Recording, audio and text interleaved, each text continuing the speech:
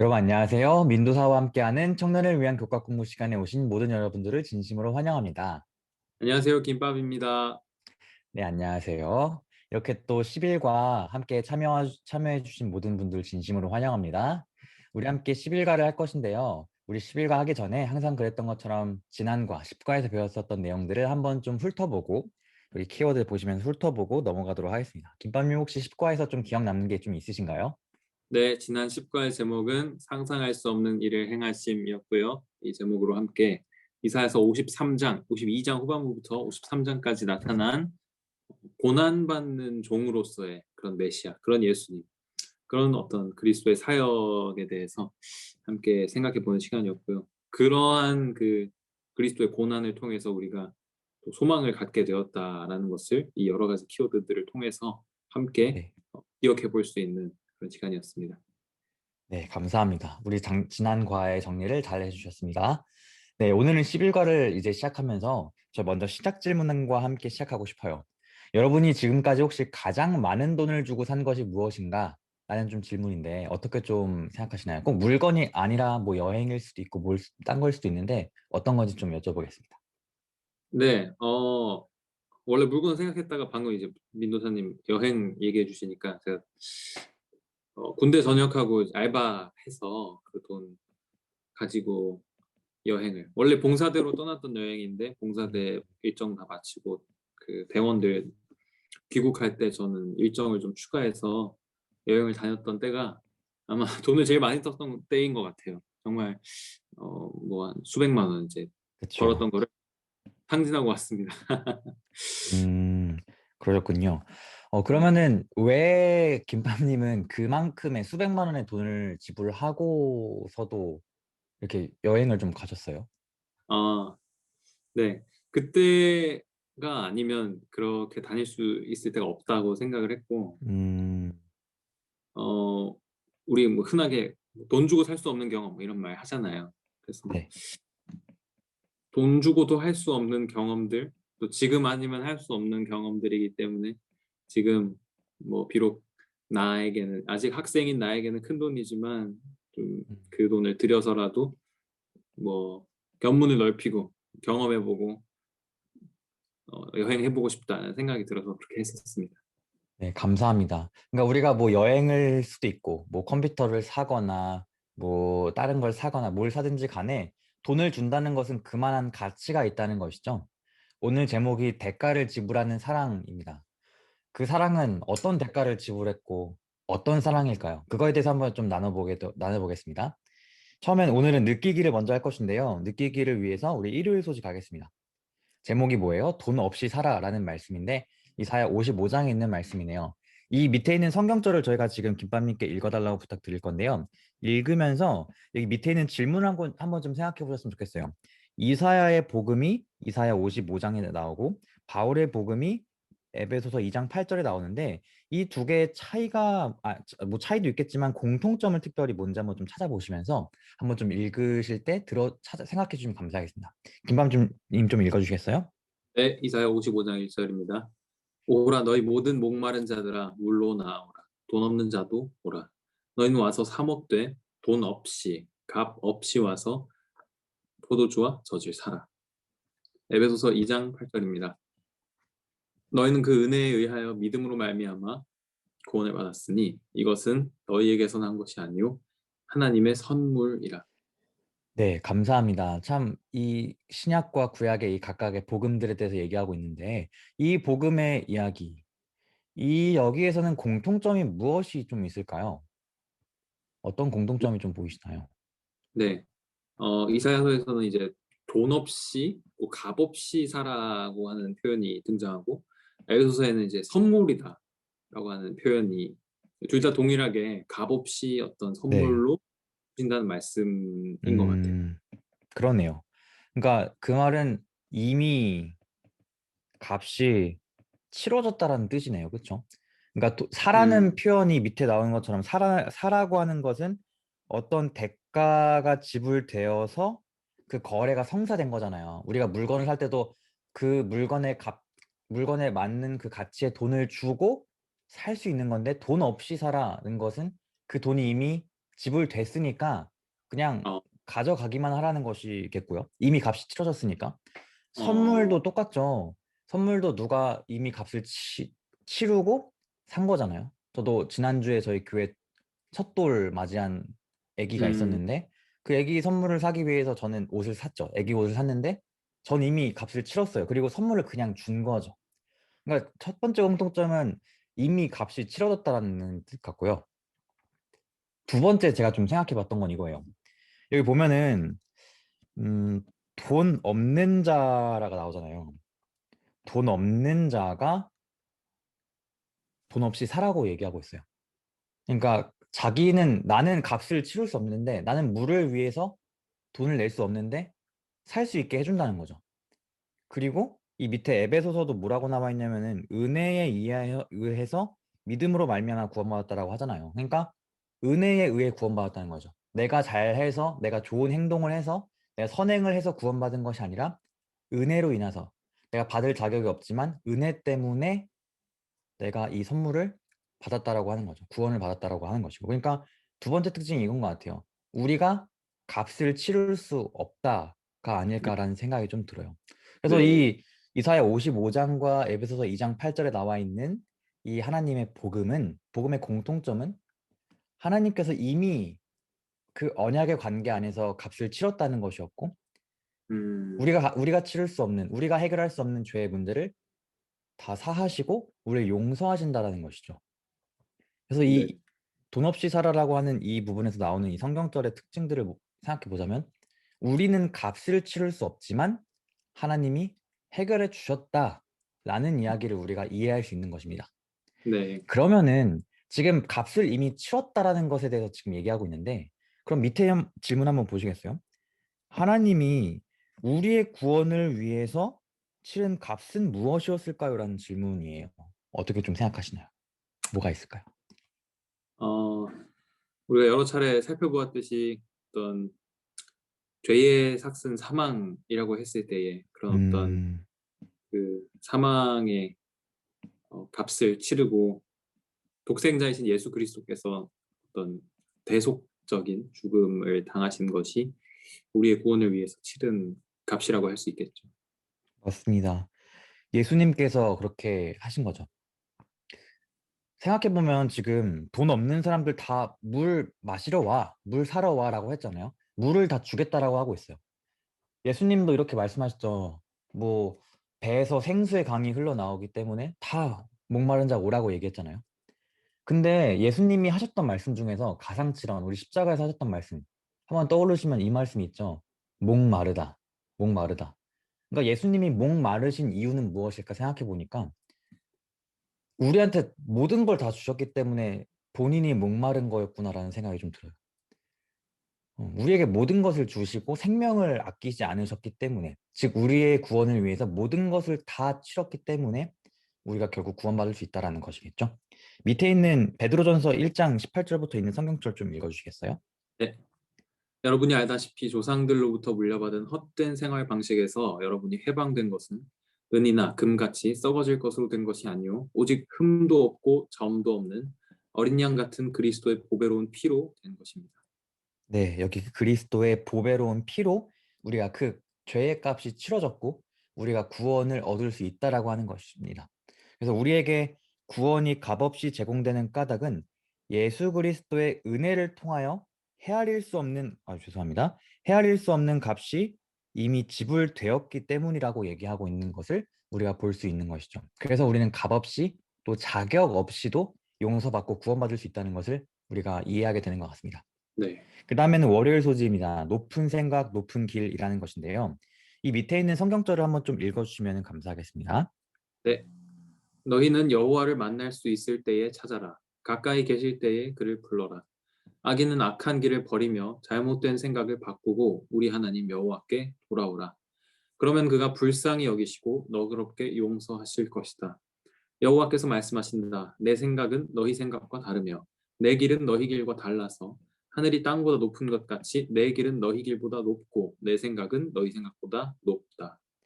네, 여기 보면은 하나님의 생각이 우리랑 다르고 길도 다르고 그것은 어떻게 다르냐면은 하나님의 길 우리의 길보다 훨씬 더 높고 하나님의 생각이 우리의 것보다 훨씬 높다라고 얘기하고 있습니다. 즉 네. 하나님의 생각과 길이 우리의 상상을 초월한다라는 그런 말씀을 지금 예수님께서 하고 계신 거예요. 근데 내 생각은 정말 높아 너희보다 나의 길은 너희보다 훨씬 더 높은 길이야라고 말씀하시는 이 말씀을 하시는 이 맥락이 무엇일까라는 질문이에요. 이 말씀은 문맥을 고려할 때 밑에 보면은 문맥을 고려할 때 어떤 말씀을 하시기 위해서 하나님의 생각이 높고 하나님의 길이 높다라고 얘기하는 걸까요? 어느 얘기를 하시기 위해서 어느 맥락 가운데에서 우리의 상상을 초월한다라고 하신 걸까요? 아마 그 위에 부분들을 좀 보시면은 좀 우리가 이해할 수 있지 않을까 좀 싶습니다. 네. 우리 방금 읽은 성경절에서 돌아오라, 돌이키라, 음, 회개하라는 것이죠. 그리고 용서하시겠다는 그런 말씀들. 그런 것들은 이제 결국 궁극적으로는 하나님께서 우리에게 베풀어 주시는 구원에 대한 이야기라고 생각해 볼 수 있을 것 같아요.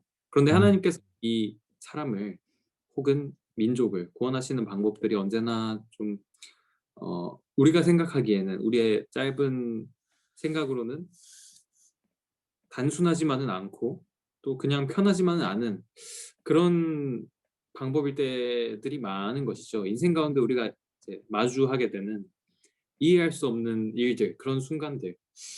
그럴 때마다 왜 하나님은 이런 길로 우리를 인도하실까? 이 가나안으로 향하는 또 애굽을 나온 백성들도 그런 생각을 했어야만 했을 것이고 바벨론의 포로로 잡혀간 백성들도 왜 하나님은 우리 민족을 구원하시기 위해 이런 방법을 사용하셔야만 했을까? 그런 생각들을 했을 거라는 것이죠. 그런 것들은 우리에게도 동일하게 오늘날에 살아가는 우리도 역시 하나님께서 우리에게 구원을 주시는데 음, 왜 나는 나의 삶 가운데 이런 이해할 수 없는 문제들을 음. 마주하면서 살아야 할까? 그런 의문들이 언제나 있지만 여기서 하나님께서 분명하게 말씀하고 계신 것은 우리의 생각과는 다르게 하나님의 생각은 음. 높고 또 달라서 미처 우리가 생각하지 못한, 미처 내가 상상해 보지도 못한 그런 방법으로 하나님께서 우리를 구원의 길로 이끌어 주신다는 말씀을 하고 계신 것 같습니다. 네, 감사합니다. 진짜 그런 말씀이 맞네요. 그래서 이 말씀은 가장 위대한 신비라고 할 수 있는 구원의 계획을 이야기하는 맥락 가운데서 말씀하셨다는 것을 우리가 알 수 있어요. 예, 하나님께서 우리를 구원하시기 위해서 보여주신 방법이 무엇이었을까? 한번 생각해 보면 좋겠습니다. 밑에 한번 글 보시면요. 유한한 존재, 우리 인간은 무한한 존재이신 하나님을 인식할 수도 없고 바라볼 수도 없어요. 그쵸?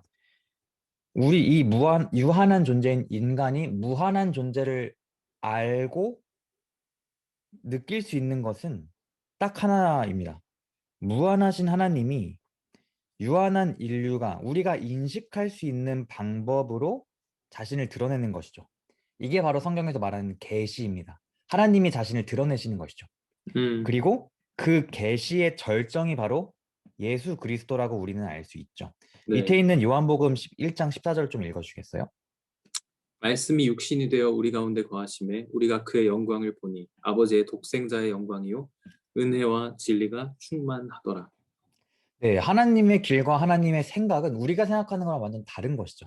말씀이 육신이 되어 신이 인간이 되어서 우리 가운데 거하셨다라는 그 표현인 진짜 하나님의 생각과 길, 하나님이 보여주시는 구원에 대한 플랜과 길이 우리의 상상을 초월했었다는 그런 말씀을 하고 있는 것입니다. 그 당시에 있었던 유대인들이 생각했던 것과는 달랐죠. 유대인이 꿈꾸던 메시아는 어땠습니까? 그들을 로마의 권세로부터 구원해주는 사람들을 원했지만 하나님의 계획은 그 로마뿐만이 아니라 죄의 속박으로 완전히 구원하는 것이 하나님의 길이었고 하나님의 생각이었던 것처럼 말이죠.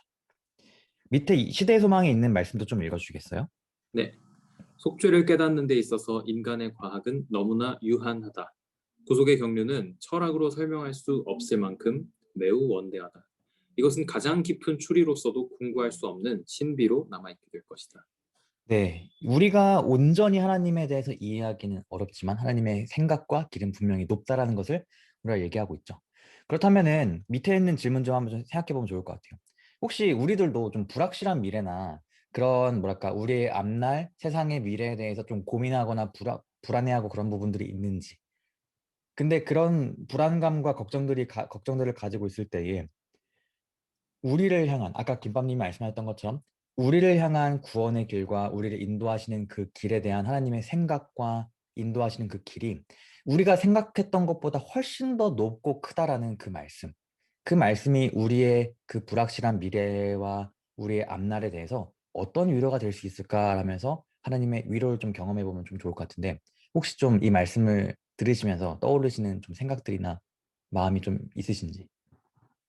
네, 뭐 어떤 우리의 실제적인 구원도 그렇지만 또 어떤 우리의 실제적인 삶, 우리의 매일의 삶 가운데서도 어, 동일하게 하나님께서 내가 마주한 문제들 그리고 불확실한 상황들 동일하게 하나님께서 우리의 생각보다 더 크고 높으신 그분의 계획으로 인도해 주실 수 있다는 사실이 어, 우리에게 또 붙잡고 의지할 수 있는 확실한 그런 위로가 되어줄 수 있을 것 같아요.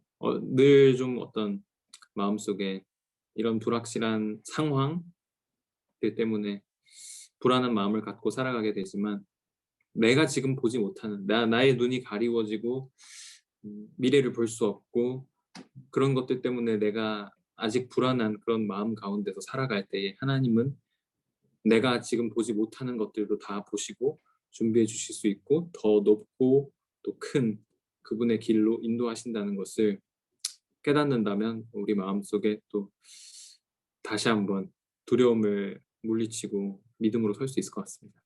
네, 감사합니다. 우리가 진짜 하나님의 시선을 가질 수 있도록 아까 말씀하셨던 것처럼 믿음의 눈을 뜨고 하나님의 그런 인도하심을 꼭 바라봐야 될 것 같습니다. 이렇게 이 일요일과 월요일 소지를 통하여서 느끼기 부분, 우리 인류를 향한 하나님의 사랑과 동정의 그 마음들을 우리가 좀 느낄 수 있었고, 하나님이 자신을 계시하신 그 방법이 얼마나 사랑이 넘치는 방법이었는지, 그걸 다시 한번 좀 느끼게 되었고요. 그 다음에 깨닫기를 할 것인데요. 깨닫기를 통해서 우리는 하나님이 바라시는 참된 경건에 대한 모습을 좀 볼 것입니다. 특별히 이 깨닫기 부분에 있는 화요일, 수요일, 목요일 소지는 이사야 58장에 있는 이야기를 할 거예요. 이사야 58장의 이야기. 이 이사야 58장은 우리가 지금 이 일요일, 월요일을 통해 알았던 것처럼 엄청난 대가가 지불되고 우리가 구원받았잖아요. 엄청난 대가로 구원받은 우리가 어떠한 삶의 태도를 가지고 어떠한 신앙을 가지고 살아가야 되는지에 대해서 얘기해 주는 것입니다. 화요일 소주로 가겠습니다. 금식 친구들이란 제목인데요. 아까 말씀드렸던 것처럼 이사야 58장에 있는 이야기가 진행될 것인데 이사야 58장 같은 경우는 특별히 대속죄 일에 대한 배경으로 지금 깔고 가는 이야기예요. 대속죄 일에 일어났었던 그런 일들을 레위기 16장과 26장인가요? 그 부분에 등장하는 그런 이야기들이 다시 한번 반복되고 있는데 혹시 김밥님께서 대속죄 일에 대해서 좀 설명을 좀 부탁드려도 될지 좀 여쭤봐도 될까요? 간단하게라도. 네, 어, 이스라엘 백성들이 죄를 사함을 받는 데에는 두 가지 국면이 있었습니다. 매일 드리는 제사가 있었고 1년에 한 번 드리는 이 대속죄 제사가 있었죠. 매일 드리는 제사를 통해서 뭐 재물에게 안수하고 이렇게 성소의 이 휘장에 그 전가된 그 죄들을 1년에 한 번 이 대속죄를 통해서 이 모든 죄가 음, 도말이라고 하는 도말 네. 정결케 되는 그런 일들이 있었습니다. 그 대제사장이 대속죄일에 지성소에 들어가서 이 지성소 사역을 수행하는 동안 모든 백성들은 그 앞에 나와서 두렵고 떨리는 엄숙한 마음으로 자신의 죄가 사함을 받도록 그렇게 하나님 앞에 간구하는 그런 모습으로 이 모든 백성들이 이 대속죄일의 사역에 참여하는 모습을 우리가 성경을 통해서 볼 수가 있죠. 네, 감사합니다. 제가 그 교과금을 공부하면서 이 저자이신 개인 교수님께서 대속제일에 하루를 하나님이 금식하라고 하셨대요. 근데 그 금식이 하나님이 명령하신 유일한 금식이라는 말이 있었습니다. 전 되게 좀 놀랐어요. 그런 부분을 관련해서 지금 금식에 대해서 얘기할 거고요. 또 대속제일에 대해서 김밤님께서 정말 잘 설명해 주셨는데 다들 아시는 것처럼 우리 1844년이 지나고 우리가 무슨 시대에 살고 있다라고 우리가 보통 얘기하죠. 우리가 대속죄. 지금 네, 대속제일의 시대에 살고 있다라는 말을 하고 있습니다. 우리가 지금 살아가고 있는 마지막 때에도 영적인 대속제일이에요. 그래서 아마 지금 이 대속제일에 대해서 나누는 화수목 이 이야기가 우리의 실제적인 삶에서 적용할 수 있는 좋은 부분들이 많이 등장할 것 같으니까 한번 잘 집중해서 한번 들어가 봅시다. 자, 첫 번째 질문인데요. 금식의 경험이 있으신지, 그리고 금식의 목적은 무엇일까? 라는 그런 질문인데요. 혹시 경험담 나눠주실 수 있으세요? 네, 저는 한 번 있었던 것 같고 유학을 이제 결심을 하고 음, 말씀을 드리려는데 그게 너무 이제 좀 마음이 두렵고 그래가지고 어, 한 주 동안 한번 시도를 해보자라고 아, 했는데 근데 사실 한 주 동안 뭐 하루 세끼 다 안 먹은 건 아니고요. 그쵸. 그 점심 시간에 구별해서 점심 음, 시간에 원래 밥을 먹으니까 그 시간에 밥 안 먹고 한번 기도를 해보자 이렇게 시도를 했던 거였어요. 근데 뭐 종일 한 것도 아니고 그때 점심에만 딱 한 건데도 그렇게 뭐 한 끼 안 먹는데도 그렇게 막 딱히 잘하고 그러진 못했던 것 같고 막 배고프고 음식 생각도 나고 그랬던 것 같고요. 맞아요. 아무튼 그때의 제 개인적인 목적은 맑은 정신으로 하나님의 음성에 더욱 집중하고 그렇게 하고 싶다는 생각이었던 것 같아요. 아, 맞습니다. 감사합니다.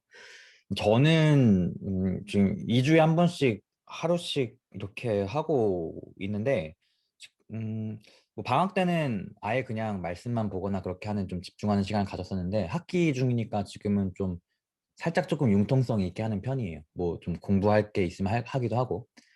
네, 그렇게 하고 있고 2주마다 한 번씩. 또 금식의 목적은 아무래도 더 깊은 신앙의 경험을 하고 싶으니까 하는 거죠. 더 뭐랄까 이렇게 작정하고 기도해야 되는 부분이 있다고 생각하고 그렇게 더 깊이 하나님을 만나고 싶은 마음 때문에 시작하게 됐었던 게 저에게는 그런 목적을 가지고 좀 하게 됐던 것 같아요. 이 밑에 이사야 58장에 있는 성경절이 등장하잖아요. 여기 있는데 이 부분은 어떤 거냐면요. 그 이스라엘 백성들이 금식을 어떤 태도로 대했는지에 대해서 얘기하고 있어요.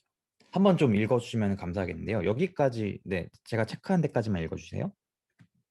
네, 여기까지. 네. 이렇게 말한다. 우리는 금식하였는데 어째서 주는 보지 않으십니까?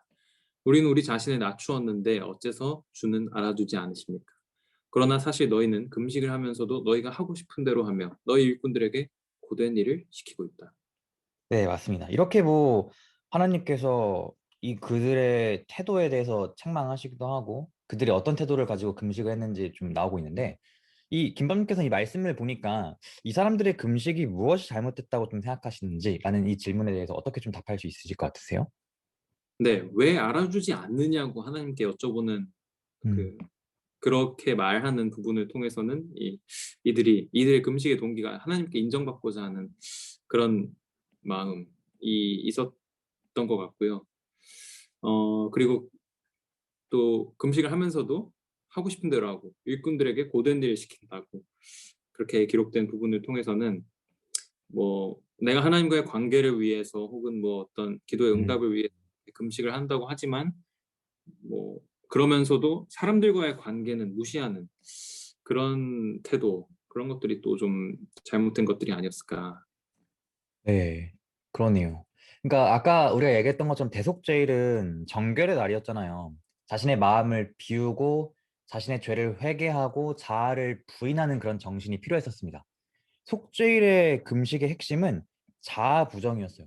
내가 가지고 있는 죄를 돌아보고 나를 이렇게 하나님 앞에 내어드리고 나의 죄된 자아를 다 부정하고 절제하고 그런 것들이었는데 여기서 지금 보니까 진짜 인정받으려고 했죠. 행위를 통해서 의로워지려고 했습니다. 하나님 이렇게까지 했는데 왜 안 해주냐고 하면서 이렇게 했죠. 사실은 금식을 통해서 하나님께 대한 죄의 용서에 대한 감사와 충성을 표현하기를 하나님은 원하셨어요. 하지만 그들은 경건과 헌신을 인정받기 위해서 했다라는 표현을 지금 하고 있는 것이었죠. 음. 잘못된 금식의 목적을 가지고 있었다라고 얘기하는 것인데요. 혹시 우리들 밑에 있는 질문 좀 나눠보면 좋을 것 같아요. 우리는 그럼 혹시 사람이나 하나님께 좀 인정받기 위해서 하는 것이 혹시 있지 않을까?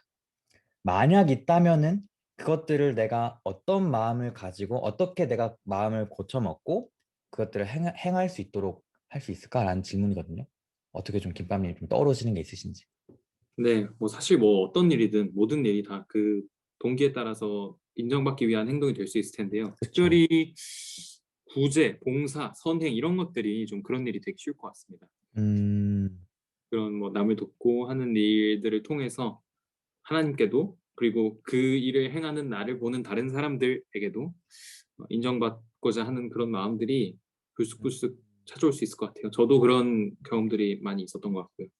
그래서 그런 경험들 가운데, 그런 일들 가운데 언제나 좀 정결한 마음을 주시도록, 깨끗한 동기를 주시도록, 참된 어떤 사랑의 동기로 그런 일들을 할 수 있도록 간구하는 그런 마음이, 그런 기도가 필요하지 않을까 생각합니다.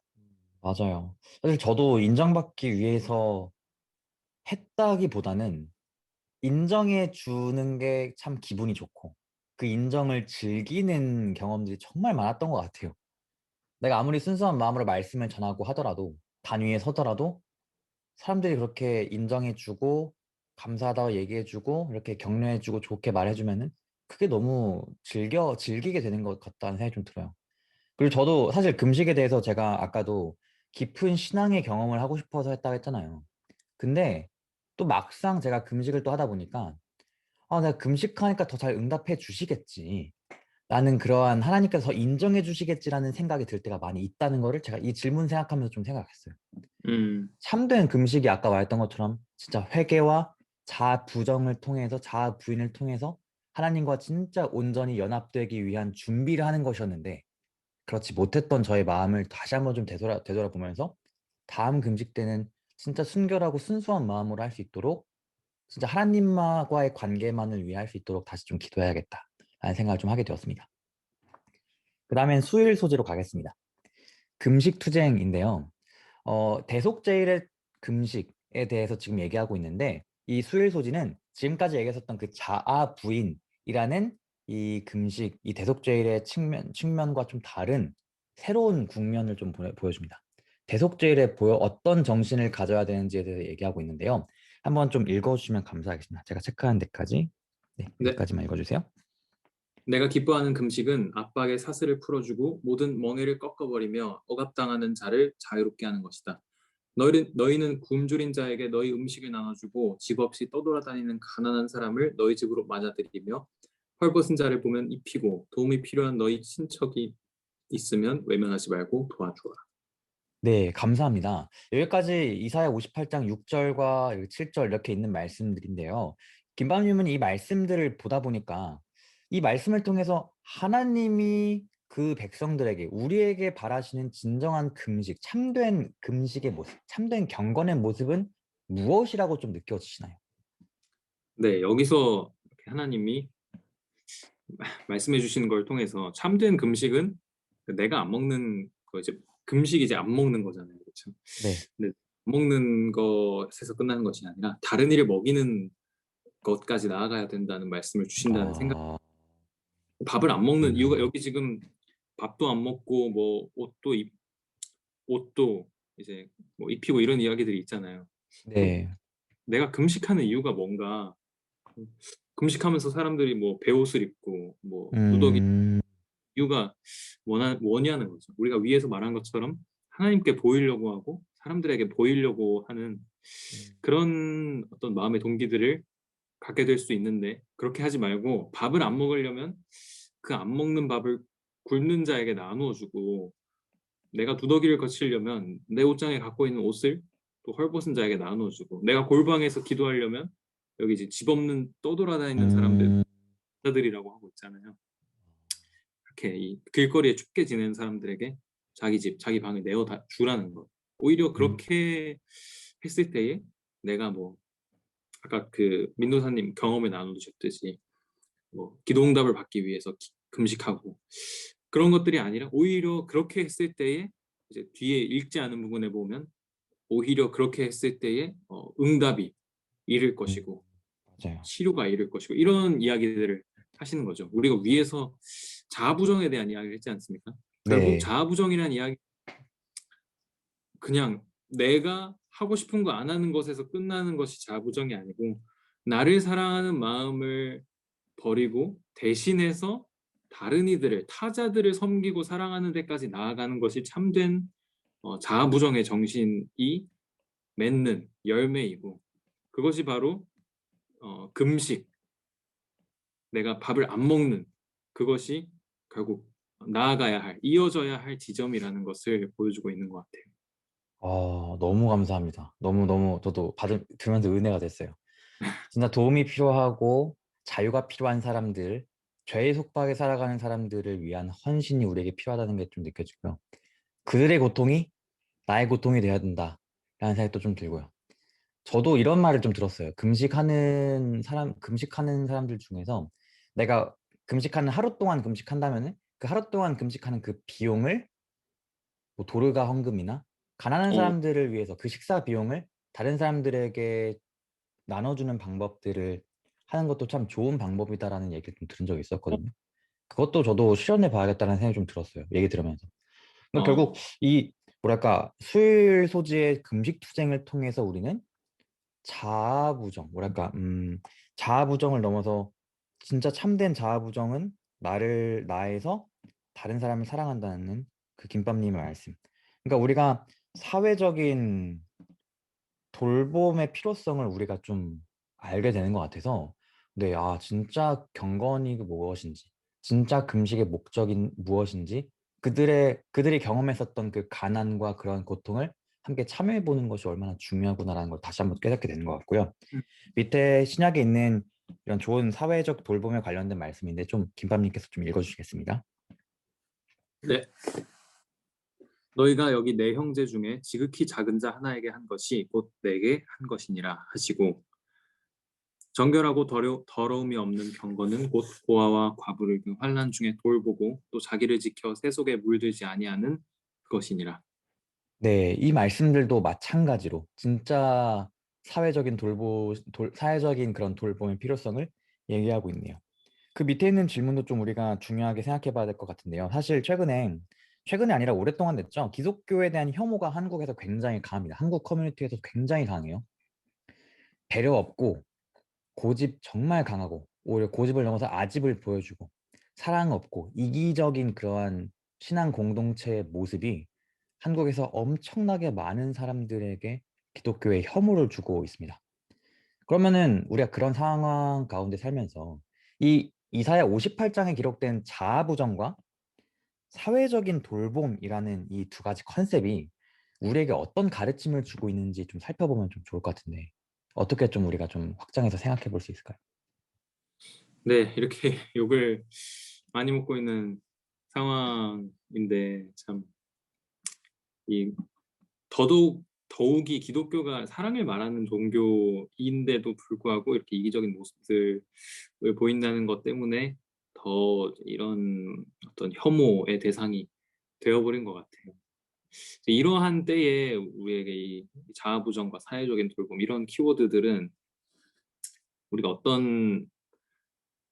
지금 이 시대의 우리의 사역이 어떤 모습이어야 하는지에 대해서 또 생각해 보게 하는 것 같고 음, 이러한 시국일수록 우리가 뭔가 우리 성도님들 이 어려운 시국에 건강하실 수 있도록 또 기도하고 이런 거 너무 음, 중요한 것이죠. 또 뭐 팬데믹 종식을 위해서 뭐 특별히 기도회를 한다든지 이런 것들 다 필요하고 네, 중요한 이 세상에 뭐 물론 이제 고통받는 분들을 위해서 기도하고 그들을 위해서 간구하는 것들 너무 중요하고 필요한 일임이 맞지만 또 그럼에도 불구하고 이러한 때에 우리가 집중해야 할 것들은 어떻게 이 상황에서도 지금 접근이 용이하지 않고 음, 어, 뭐 아웃리치라고 하죠. 이렇게 나아가서 누군가를 만나고 사람들에게 도움을 줄 수 있는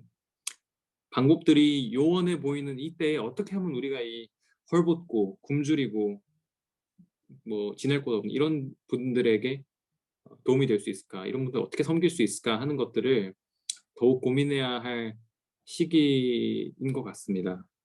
그것이 또 교회가 세상을 향해서 가지고 있는 사명이기도 이고 또 비치기도 하고요. 맞아요. 맞습니다. 진짜 참 기독교의 정신, 남들을 위해서 살고 도움이 필요한 자들을 도와주고 그런 부분들을 우리가 잘 못했고 그 부분이 기독교에서 결여되었었기 때문에 사람들이 하나님의 품성을 오해하고 말게 된 것 같아요. 그래서 그 부분을 회복하는 것이 너무나 중요하다는 가르침을 좀 주고 있는 것 같고요. 실물교원에도 이런 말씀이 있죠. 실천은 설교만 하는 것보다 훨씬 효과적이다. 음, 설교보다 실천이 훨씬 더 중요하다라는 그런 말씀. 사회적인 돌봄을 실제적으로 하는 것이 더 중요하다라는 말씀을 좀 하게 되네요. 네, 그다음 목요일 소지는 마지막인데요. 우리 모두를 위한 시간이라는 이야기입니다. 58장의 마지막 주제입니다. 이 성경절을 좀 읽어주시기를 부탁드리겠습니다. 내가 안식일에 발걸음을 삼가고 내 거룩한 날에 내가 즐겨 하는 일을 하지 않으면 내가 안식일을 기쁜 날이라고 부르고 여호와의 거룩한 날을 귀한 날이라고 하면 내가 이 날을 귀하게 여겨 내 마음대로 하지 않고 내가 즐겨 하는 일을 하지 않고 수다를 떨지 않으면 그때야 비로소 너는 여호와 안에서 기쁨을 누릴 것이고. 네, 이것은 지금 뭐에 대한 이거 안식일이 이 날은 어떻게 뭐라고 얘기하고 있죠? 네, 지금 뭐 기쁜 네, 귀한 날. 기쁜 날, 귀한 날이라고 얘기하고 있고요. 또 거룩한 날이라고 하고 있고 우리가 즐기는 일들, 우리의 자아가 만족하게 했었던 그런 일들, 오락이라고 표현되기도 하고요. 그런 것들을 안 하고 내 마음대로 하지 않고 그렇게 할 때, 하나님의 방식대로 이 거룩한 날을 섬길 때에 우리가 하나님 앞에서 기쁨을 누릴 것이다라고 얘기하고 있는데 밑에 부분 질문 한번 볼게요. 지금까지 배웠던 이사야 58장 말씀 보면은 수요일 소지는 자아 부정에 대해서 얘기했고요. 화요일 소지에서 수요일 소지가 또 사회적인 돌봄, 이 목요일은 안식일에 관해서 다루고 있습니다. 이 셋 사이에는 어떤 연관성이 있을까요? 라는 좀 질문이에요. 조금 어려울 수도 있는 질문인데 어떤 관계가 좀 있을까요? 안식일을 딱 덧붙여서 생각해보면 아까 지금까지 얘기했던 것 플러스해서요. 네. 58장에서 지금 계속해서 금식 이런 이야기 하다가 갑자기 안식일 이야기하는 게 문맥상으로 네, 좀 저도 이상하게 느껴진 적들이 있었던 것 같아요. 맞아요. 근데 그럼에도 불구하고 이렇게 안식일 주제가 등장하는 이유는 그것이 음, 위에서 언급한 여태까지 우리가 이야기한 그 주제들과 또 밀접한 관련이 있기 때문이겠죠. 그래서 이 그쵸. 읽은 본문에서는 안식일에 뭐 이런 거 저런 거 하지 말라고 이야기를 하지 않습니까? 그 이유는 이제 이러한 것들, 뭐 수다 떨고 이런 것들 하지 말고 그냥 입 다물고 가만히 앉아 있으라는 것이 아니라 계속 또 음, 절들에서 언급해왔던 타인을 섬기고 사랑하는 그런 일들을 하는 날이 되어야 한다는 이야기인 것이죠. 네, 맞습니다. 감사합니다. 네, 그래서 사실 이 세 가지 공통점이라고 좀 생각해보면 아까 말했던 것처럼 어느 날에 이게 행해졌던 거예요? 안식일. 대속제일, 네, 아, 대속제일에 임해졌던 것이고 대속제일의 안식일, 특별히 그날이 좀 더 강조됐던 네. 부분인데요. 대속제일에 강조했었던 이 세 가지라는 것도 공통점이겠고, 하나님의 품성을 어떻게 잘 나타내는지에 대한 것도 얘기할 수 있는 것 같고, 또 이 자아부정과 사회적인 돌봄이라는 그 부분이 실천되는 가장 활동적이고 가장 역동적으로 실천되는 날이 음, 안식일이 되어야 된다라는 생각도 좀 하게 됐던 것 같아요. 이 세 네. 가지를 같이 엮어서 생각해 보니까. 왜냐면 예수님께서 안식일에 병든 자를 고치시고 억압받은 자를 자유하게 하시고 아픈 자들을 치유하셨던 것처럼 음, 그 날이 진짜 자유의 날이 되고 사회적인 음, 돌봄이 가장 강력하게 이루어져야 되는 날이니까요. 그리고 그 사회적인 돌봄이 이루어지기 위해서는 아까 김밥님 말씀하셨던 것처럼 참된 자아부정이 일어나야 되니까 이 세 가지가 서로 연관되어 있고 이 역동적인 관계를 가지고 있다는 걸 좀 생각하게 되면 것 같아요. 네. 이 그럼 밑에 말씀, 네, 네, 말씀해 주세요. 네. 이 부분을 이제 보니까 예수님이 그 유명한 어떤 초청의 말씀, 수고하고 무거운 짐 네, 졌던 그 부분에서 이제 그 말씀을 안식일에 하셨더라고요. 그 말씀을 네, 그러니까 본문의 어떤 그 맥락이 이제 안식일에 그 말씀을 하셨다는 사실을 우리가 유추해 볼 수 있는 부분인데 그 부분에서 예수님이 이제 다 내게로 오라고 하시면서 내가 너희를 쉬게 하리라고 이제 안식으로의 초청이죠. 안식으로 초청하시면서 예수님이 또 오히려 그 부분에서 멍에를 매지 말라고 하시는 것이 아니라 짐을 지지 말라고 하는 것이 아니라 나의 멍에를 메고 나에게 배우라고 말씀하시지 않습니까? 나의 네. 멍에는 네, 가볍고 쉽기 음, 때문에 결국은 이 안식일에 참된 안식을 누리라고 우리에게 예수님께서 초청하시면서 우리 보고 아무것도 하지 말라고 하는 것이 아니라 다른 이들을 섬기기 위한 그런 자아부정, 참된 자아부정의 실천을 위해서 그러한 멍에를 메고 그러한 일을 하라는 말씀을 하고 계시다는 사실을 또, 또 그러한 자아부정을 통해서 그러한 사회적인 돌봄을 제공하라. 다른 이들을 위해서 음, 기꺼이 멍에를 매라는 그러한 초청을 하고 계시다는 사실을 또 생각해 볼 수 있는 것 같아요. 맞습니다.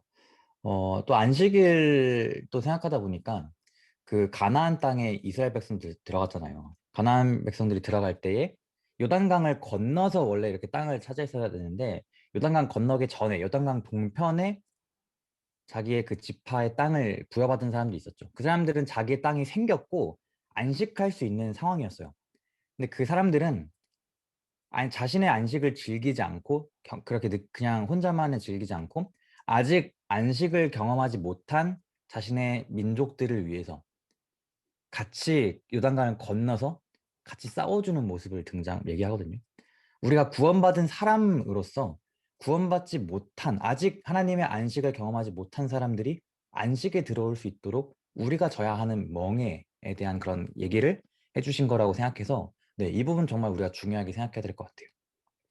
그래서 안식일은 나만을 위한 날이 아니라 우리 모두를 위한 날이다라고 얘기하고 있죠. 그래서 하나님은 그날에 우리가 예배할 뿐 아니라 다른 사람을 돕는 기쁨을 경험하길 바라신다라고 얘기하고 있어요.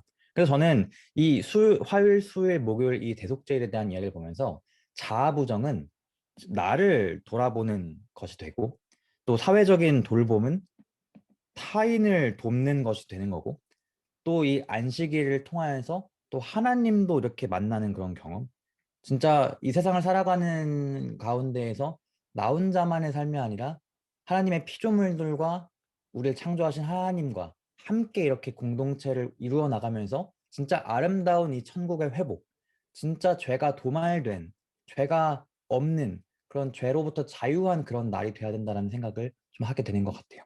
음, 그럼 밑에 한번 좀 질문 보겠습니다. 여러분들은 안식일을 어떻게 보내기를 좀 원하고 계신가요? 그리고 반면에 원하셨나요? 그리고 반면에 하나님은 우리가 안식일을 어떻게 보내기를 바라실까요? 라는 질문이거든요. 어떻게 좀 얘기할 수 있을까요? 네, 좀, 우리가 안식일 이렇게 아무 일도 하지 말고 쉬라고 했기 때문에 좀 쉬고 싶어 하는 그런 경향이 저에게도 좀 있는 것 같습니다. 가만히 네. 그냥 있으려고 하는. 그럼에도 하나님은 우리가 나의 어떤 생계와 또 일상의 필요를 위한 그런 일들을 하는 것을 멈추고 쉬고 음, 다른 이들을 섬기는 날이 어, 되게 하길 원하시는 것 같아요. 아까 방금 이제 말씀드렸던 것처럼 그런 멍에를 매길 원하시는 것이 아닌가. 물론 우리가 이 엿새 동안 힘써 일을 하는 사람들이기 때문에 육체적인 쉼도 필요한 것이 사실이지만 또 예수님 보시면 예수님이 굉장히 막 이 땅에 사실 때 피곤하게 많은 일들과 사역에 쫓겨서 지치고 힘든 삶을 어, 살에도 다른 이들을 돕는 데서 활력을 얻으시고 그 사마리아 우물가의 그 여인을 만나셔서 이제 음식 제자들이 갖고 왔더니 나는 니네들이 모르는 음식이 있어서 나 이미 이제 충족이 됐다. 나는 이제 충분해. 이렇게 음, 말씀하시는 그런 모습들 볼 수 있잖아요. 세상 사람들도 뭔가 다른 이들을 돕는 데서 느껴지는 그런 어떤 뿌듯함, 그런 기쁨, 그런 것들을 뭐 helpers high 뭐 이렇게 부르면서 그런 이제 뭐 하이해진 맞죠. 그런 기쁨들, 그런 뭐 어떤 호르몬이 분비되면서 느껴지는 그런 기쁨들이 있다는 이야기를 뭐 그냥 세상 사람들도 음, 하는데 우리도 역시 그런 맞아. 어떤 뭐랄까요? 남을 돕는 데서 생물학적으로도 심지어는 피곤한 걸 잊고 이렇게 행복과 또 기쁨을 얻을 수 있다는 사실을 또 기억하고 안식일을 정말 참된 사랑을 실천하는 자아부정, 사회적 돌봄 이런 일들을 실천하는 그런 날로 보내기를 원하시는 것 같고 또 그렇게 했을 때에 또 말씀에서 약속하고 있듯이 우리가 하나님 안에서 기쁨을 누리는 그런 일들을 음. 경험하게 될 수 있을 것 같습니다. 네, 감사합니다.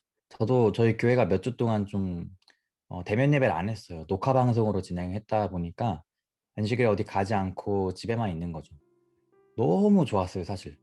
그냥 교과 공부 준비하는 충분한 시간이 있고 말씀을 혼자 읽고 설교 여러 개 듣고 기도하고 혼자 이렇게 시간 보니까 너무 좋더라고요. 너무 좋았는데 이렇게 또 교과 공부를 생각해 보니까 안식일이 나만을 위한 날이 아니라는 걸 다시 한번 좀 깨닫게 되고 아직 안식을 경험하지 못한 그 사람들을 위해서 헌신하는 것을 기쁘게 받아들여야겠다라는 생각을 좀 하게 됩니다. 그래서 이러한 마음을 가지면서 우리가 마지막 행하기, 하나님이 바라시는 사랑과 정의를 실천하는 그리스도인이 되기로 결심할 수 있게 되기를 간절히 바랍니다. 그럼 우리 결론 읽고 마칠까요? 네. 무엇이든지 참된 경배를 드리지 못하게 하는 것이 우상 숭배입니다. 하나님은 구원의 선물을 받은 우리가 다른 사람을 섬기는 일이나 하나님을 경외하는 일에 우리 자신을 아낌없이 바치기를 기대하십니다. 이것은 우리와 더불어 언약의 관계를 나누기 위해 초청하시는 하나님에 대한 마음에서 우러나오는 반응이어야 합니다. 네, 감사합니다. 구원의 선물을 받은 우리가 다른 사람들을 섬기는 일에 헌신하게 되기를 바라시는 하나님의 모습을 보게 되었습니다. 이렇게 10일과 대가를 지불하는 사랑을 마치게 되었는데요. 이번 교과 마치면서 어떻게 좀 마지막으로 어떻게 정리할 수 있을까요?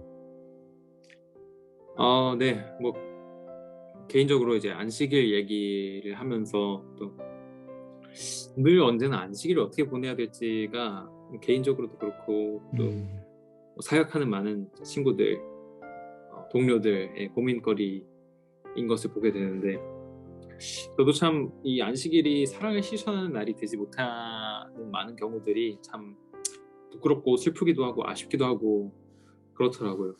그래서 뭐 당장 어떤 함께하는 뭐 공동체와 함께 이 안식일이 사랑을 실천하는 그런 날로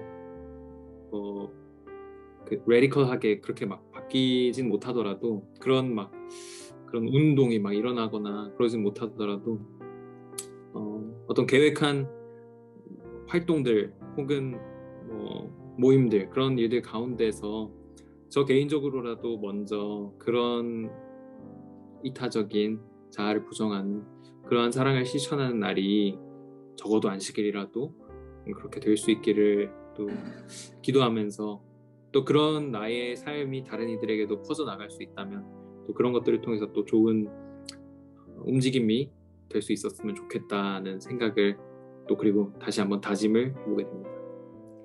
감사합니다.